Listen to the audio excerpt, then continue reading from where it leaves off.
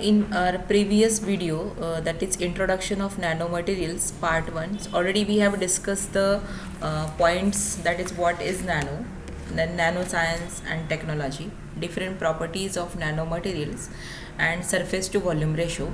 Now in this video we will see the remaining points.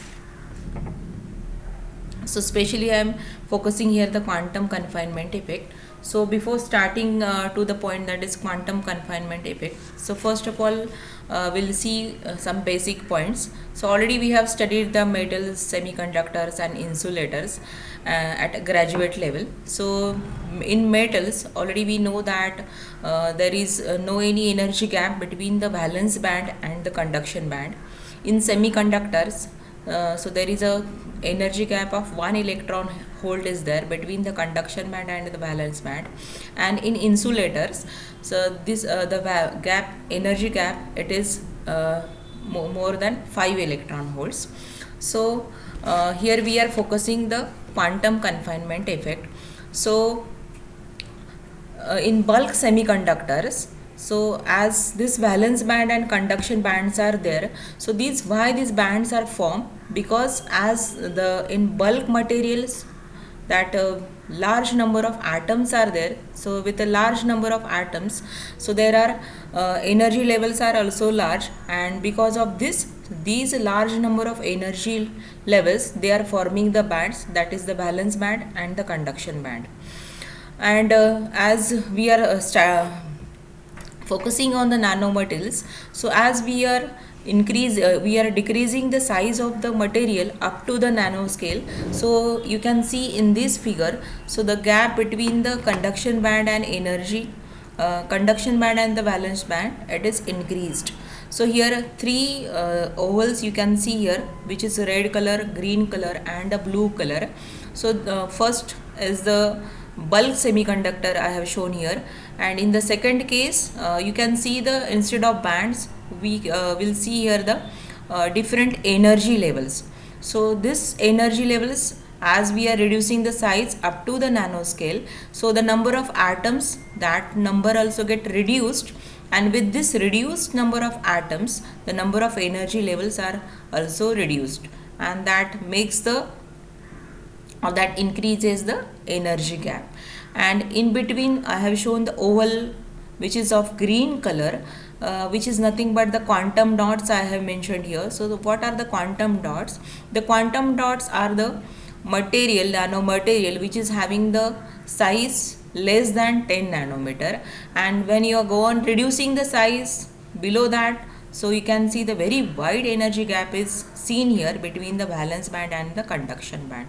So what is the use of this increased energy gap? So as the name is quantum confinement effect, so already we have studied the quantum particle in one dimensional box, particle in three dimensional box in the quantum chemistry. So the confinement is, if you see the confinement, here is the means the electrons and the energy holes which are present in the valence band, they get confined or they get restricted to that particular area or to the particular space. So they cannot jump from directly to the valence band to the conduction band, as in case of metals.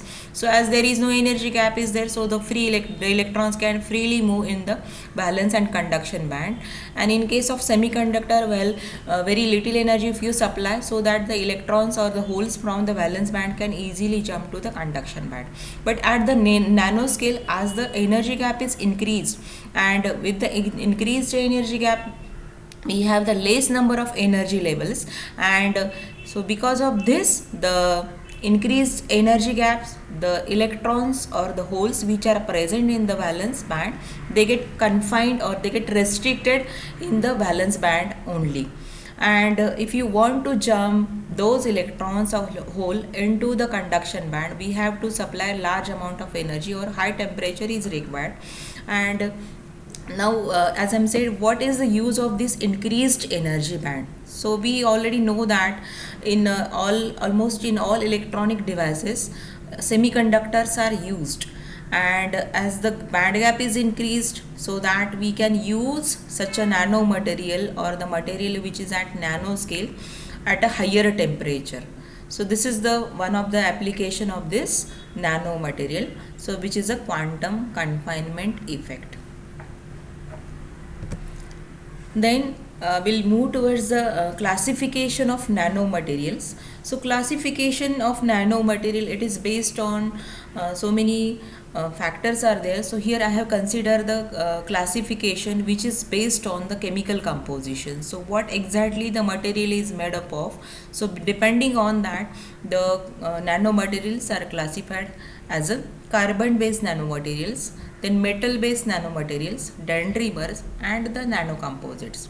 As the name is carbon based nanomaterials, so that means in the material which is prepared from the carbon material, so they are in the classified as a carbon based nanomaterials. Metal based means we know the number of metals: silver, gold, cobalt, transition, all transition metals. So whenever we are preparing at the nanoscale, so that comes under the metal based nanomaterials.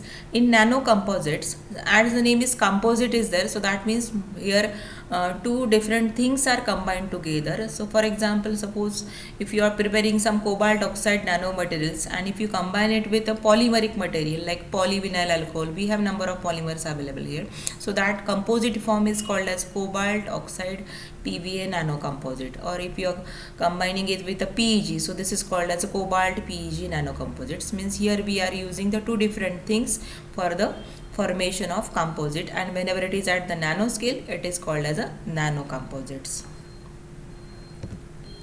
Then this classification which is based on the dimension of the material, already I have told you that what is nano. So nano, whenever you are having the material or the material which is having one of its dimension in between 1 to 100 nanomaterial, so that is called as a nanomaterial. So depending on the dimension of the material, so here we have the one dimensional nanomaterial, then two dimensional nanomaterial, and the three dimensional nanomaterials. So one dimensional nanomaterial, so if you want to give the example of one dimensional nanomaterial, so the thin films that are prepared, so that comes under the one dimensional nanomaterial. Then two dimensional nanomaterials, whenever the material is synthesized and its two dimensions that comes in between the 1 to 100 nanometer, they are the two dimensional nanomaterials. Here we can give the example of the nanotubes and the nanowires, so that comes under the two dimensional nanomaterials. And the thirdly, which is three dimensional nanomaterials, when the all the three dimensions of the material, so that comes under the that scale 1 to 100 nanometer. So this is the three dimensional nanomaterials. The all the powders that comes under the three dimensional nanomaterials. Then we'll see the synthesis of nanomaterials. So how the nanomaterials are synthesized. So there are two approaches are there. So one approach is called as a top-down approach, and the second approach it is called as a bottom-up approach. So top-down approach, as the name is top and down, so that we are starting the synthesizing the nanomaterial by using some top. That means here bulk material to nanomaterial, it is the journey is there. So we are starting with the bulk material, and we are cutting or dividing that bulk material into the smaller part, smaller and up to nano material. So this is called as a top down approach. And bottom up approach is another approach where we are starting from the bottom. So bottom is what material is, its bottom it's considered as an atom, or we can start the synthesis at the molecular level. So for this purpose we need some solutions which contains the atoms and molecules. So these solutions, from this solution we are preparing the nanoparticles through the formation of cluster, and then to the nanoscale material or the nanomaterial. This is called as a bottom up approach. So I have in this slide I have mentioned the different methods that are used for the top down approach and the bottom up approach. Under top down approach, so ball milling method is there, plasma arcing method is there, then laser sputtering is there, and vapor destination is there. And under bottom up approach, sol gel method is there, colloidal method is there, electro deposition where we are using some electrical energy is used here, and solution phase reduction method is there. So as the name is reduction is there, solution phase reduction means this method is mainly used for the synthesis of the metal nanoparticles. As the name is reduction is there, so this is used mainly for the metal nanoparticle synthesis. So lastly, I have mentioned some applications of nanomaterials. So we are using a number of things that where the nanotechnology actually comes here. So in earlier days, so we have the laptops and the computers and the mobile phones where the size of the computers is very large. Nowadays we are using the LEDs and the laptops and the mobile phones whose size it get reduced or they become a flat.